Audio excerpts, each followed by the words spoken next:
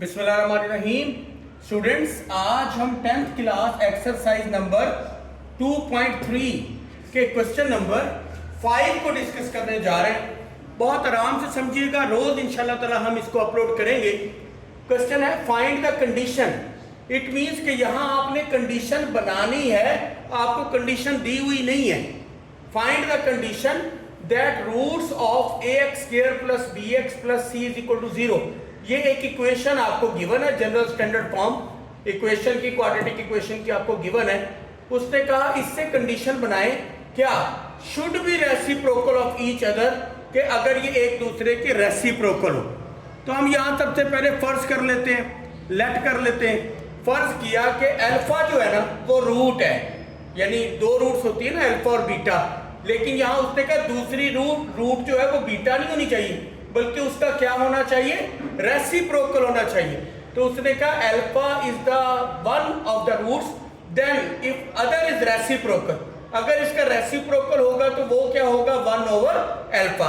यानी अब एक रूट आपकी अल्फा हो गई है और एक रूट आपकी क्या हो गई है, 1 ओवर अल्फा, यानी इसका रेसिप्रोकल। अब प्रोडक्ट में क्या करते थे, product of root is equal to क्या हो जाएगा, c ओवर a। ठीक है ना जी। यानी यहां आप लिख भी सकते हैं कि जैसे हम ऐसे लिखते थे ना कि प्रॉपर यहां पे लिख दें प्रोडक्ट ऑफ रूट्स। पहले तो लिखते थे ना अल्फा प्लस बीटा, अब अल्फा प्लस बीटा की जगह क्या लिख देंगे, 1 ओवर अल्फा। क्यों? क्योंकि उसने कहा दूसरी जो रूट है वो पहली रूट का रेसिप्रोकल है, उसने खुद दिया हुआ है। तो अल्फा, ठीक है ना जी। और प्रोडक्ट ऑफ रूट में क्या होता है, अल्फा और बीटा की जगह 1 ओवर अल्फा। तो alpha dot 1 over alpha is equal to, और प्रोडक्ट होता है किसके है, c ओवर a के बराबर। Sum of root minus b over a, और प्रोडक्ट ऑफ रूट जो होता है वो c ओवर a के इक्वल होता है। अब यहाँ अल्फा अल्फा से कैंसिल हो जाएगा, तो c over a is equal to 1। तो a जो है वो goes to other side, so a is equal to c। ये इसकी क्या बन गई, कंडीशन।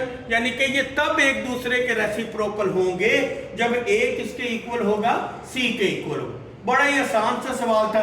सिमिलरली अगर हम इसके क्वेश्चन नंबर 6 की बात करें तो ये भी very very very easy question है। साथ रहिएगा, साथ साथ इसको समझते रहें, जो प्रॉब्लम है कमेंट सेक्शन में डिस्कस करते रहें। इंशाल्लाह ताला आहिस्ता आहिस्ता आप जब साथ साथ करेंगे तो आपका मैथ बहुत अच्छा हो जाएगा। क्वेश्चन नंबर 6 वो कहता है find the value of k। आपको k की वैल्यू फाइंड करनी है और उसने एक रूट आपको दे दिया है, क्या, x square minus 2k plus 4x plus 7k plus 1 is equal to 0 is 3। यानी अब उसने एक रूट आपको खुद ही दे दी है और वो क्या है, 3 है। तो सिंपल, मेरा ख्याल है इससे आसान सवाल इस एक्सरसाइज में कोई है ही नहीं। तो आपने पूरी की पूरी क्वाड्रेटिक इक्वेशन को राइट कर लेना है। X square minus 2k plus 4x plus 7k plus 1 is equal to 0। हम जहां जहां x है वहां वहां क्या पुट कर देंगे, ये जो रूट दी हुई है यानी कि 3 पुट कर देंगे। सो x की जगह पुट कर दें 3। ये 2k प्लस 4 जो क्वेश्चन में गिवन है वैसे ही आ जाएगा। x की जगह क्या पुट कर देंगे, अगेन 3।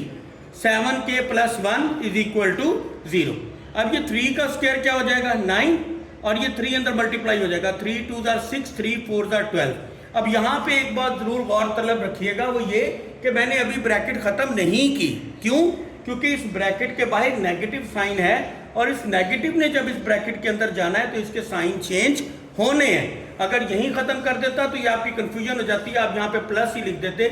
लेकिन यहाँ पर जब माइनस अंदर मल्टीप्लाई होगा तो ये माइनस प्लस माइनस होगा, इसलिए मैंने यहाँ ब्रैकेट खत्म नहीं की। जब आप अपने हाथ से करेंगे तो इस चीज को ध्यान में रखिएगा। Plus 7k plus 1। अब हम इसको एक्सपेंड कर देते हैं, minus 6x minus plus minus 12 plus 7k और प्लस 1। अब ये देखें, ये भी रियल है और ये भी रियल। k वाले एक ये है और एक 7k में से 6k को सब्ट्रैक्ट कर दें, बाकी क्या रह जाएगा, k, और 9 माइनस 12 क्या होगा, -3 और plus 1 -2। -2 goes to other side, change into +2। तो ये आपके पास किसकी वैल्यू आ गई, k की वैल्यू आ गई। सिमिलरली हम क्वेश्चन नंबर 7 की बात करते हैं। क्वेश्चन नंबर 7 भी one of the very very very easy question है, जरा इसको तवज्जो कीजिएगा। जब भी एक बात मैं आपको साथ साथ बताता रहूं, कोई वैल्यू फाइंड करनी होती है, जैसे के की वैल्यू फाइंड करें, एम की वैल्यू फाइंड करें, अल्फा की वैल्यू फाइंड, ये question board point of view से ज्यादा इंपॉर्टेंट होते हैं। देखिए इसमें भी लिखा हुआ ना find the value of M, it means कि ये भी एक इंपॉर्टेंट क्वेश्चन है। Find the value of M in the equation. अब आपको इक्वेशन जो दी हुई है वो 2x² + 3x + m = 0। अब क्वेश्चन को समझिएगा, उसने कहा sum of its roots is equal to the double of the product, यानी कि सम प्रोडक्ट के बराबर तो है, लेकिन कब? जब सम जो है वो बराबर हो जाएगा ट्वाइस ऑफ द प्रोडक्ट के। यानी उसने कहा सम ऑफ द रूट बराबर है डबल ऑफ द प्रोडक्ट, यानी अगर प्रोडक्ट को डबल कर दो तो वो किसके बराबर हो जाएगा? सम के बराबर। तो जैसे इस एक्सरसाइज के पहले वाले क्वेश्चंस में हम करते रहे, बिल्कुल सेम वही काम हम करेंगे। और उसमें हम बेसिकली क्या करेंगे कि आपको इक्वेशन दी हुई है 2x² + 3x + m = 0। जो x² के साथ होता है वो a होता है, जो x के साथ होता है वो b होता है, और ये जो कांस्टेंट है वो c हो जाएगा। ठीक है, अब यानी कि c हो जाएगा। ये sum of root formula -b/a start से ही करते आ रहे हैं इस एक्सरसाइज। b की जगह b की वैल्यू और a की जगह a की। Similarly product of root c/a क्या हो जाएगा? c की जगह m और a की जगह, ये आपके पास सम ऑफ रूट आ गया। और ये अब अकॉर्डिंग टू कंडीशन, कंडीशन में क्या दिया हुआ था कि sum is equal to twice of product, तो s की जगह s की वैल्यू पुट कर दी और p की जगह p की वैल्यू। ये 2:2 से कैंसिल हो जाएगा, तो m किसके बराबर आ गया? -3/2। ये हमारे पास इसकी जो है वो वैल्यू आ गई क्वेश्चन नंबर 7 में m की। तो ये आज के लिए 3 क्वेश्चन ही, कल इंशाल्लाह ताला इससे आगे क्वेश्चन नंबर 8 और 9 को हम अपलोड कर देंगे। ठीक है, साथ साथ रहिएगा, रिव्यू जरूर दीजिएगा, कमेंट सेक्शन में जरूर बताइएगा कि आप लोगों को कितनी समझ आई, और जो हमारी खामियां हैं वो भी जरूर बताइएगा ताकि उसको इम्प्रूव किया जा सके। शुक्रिया, अल्लाह हाफिज़।